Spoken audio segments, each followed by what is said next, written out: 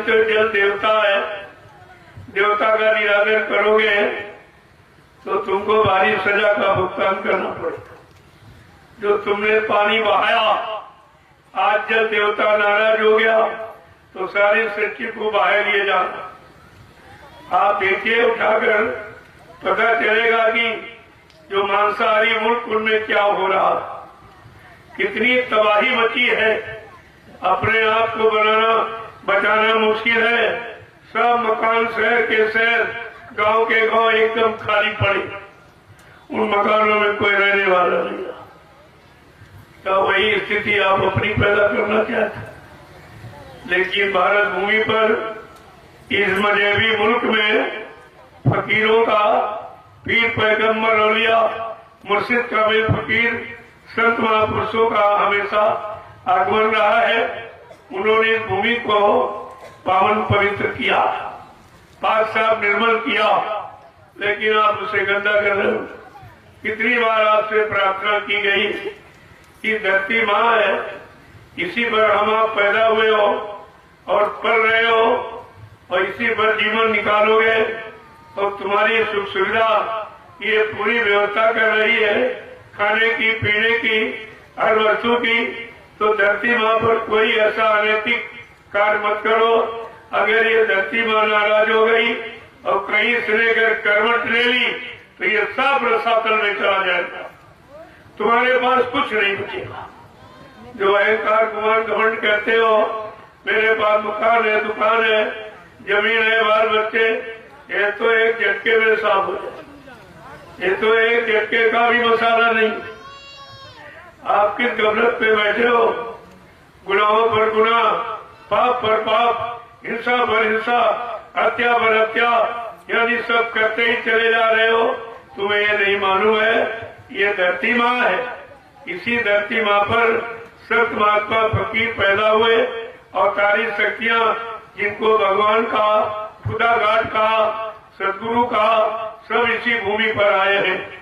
तो कम से कम भूमि की तो रक्षा सम्मान करें आप। वो भी सब बोल गया, सब जिसकी जो इच्छा में आ रहा वो कर रहा है। आप भी कर्मों पर विचार नहीं करते हो। कौन कर्म हमारे करने से हमको कौन सजा मिलेगी, ये कर्म हमको कौन सी सजा देंगे, आपने कभी सुना माना है? और फकीर महात्मा उन्हीं कर्मों की बात बताने आए हैं कि आपको कैसे कर्म करना है, कैसे नहीं करना है। ऐसे नाकिस कर्म मत करो जिससे खुदा नाराज हो जाए और आपको कोई सजा दे दे। कल मैंने आपको बताया था, खुदा की नाराजगी हमारे गंदे कर्मों के कारण है। भाई किसी आदमी को बुलाओ 2-3 बार, अगर न बोले तो आप समझते हो ये नाराज है, फिर उसकी नाराजगी का आप पता लगाते हो। लेकिन 5-5 बार नवाज अदा करते हो, 5-5 बार खुदा को बुलाते हो। खुदा एक बार भी बोला कभी बोला तुम्हारे बुलाने से? तुम्हें सोचना चाहिए, आखिरकार मैं 5-5 बार नवाज अदा करता हूँ, खुदा को पुकार गुहार लगाता हूँ, खुदा क्यों नहीं बोल रहा है? क्या नाराज से गलती हो गई, क्या गुनाह हो गया, क्या पाप हो गया जो खुदा नाराज हो गया? कभी इस पर विचार किया? कुछ धीरे धीरे अल्लाह बचाने की आदत बना लिया। बोले चाहे कोई ना बोले, आए ना आए, दर्शन दीदार उसका हो ना हो, लेकिन अल्लाह बचाते रहते। तो इससे होने वाला क्या? अरे भाई जब कोई काम करते हो तो लाभ पाने के लिए करते हो। खेती करते हो, अनाज पैदा हो तभी करोगे, नहीं होगी मत नहीं करोगे। व्यापार करते हो, मुनाफा न हो तो आप व्यापार नहीं करोगे। नौकरी करते हो, तनख्वाह वेतन न मिले, आप नौकरी नहीं करोगे। लेकिन जो पूजा और इबादत और भजन ये आप सब लोग कर रहे हो, मैं सबके लिए कह रहा हूँ, किसी एक के लिए नहीं। और किसी को कुछ नहीं मिला।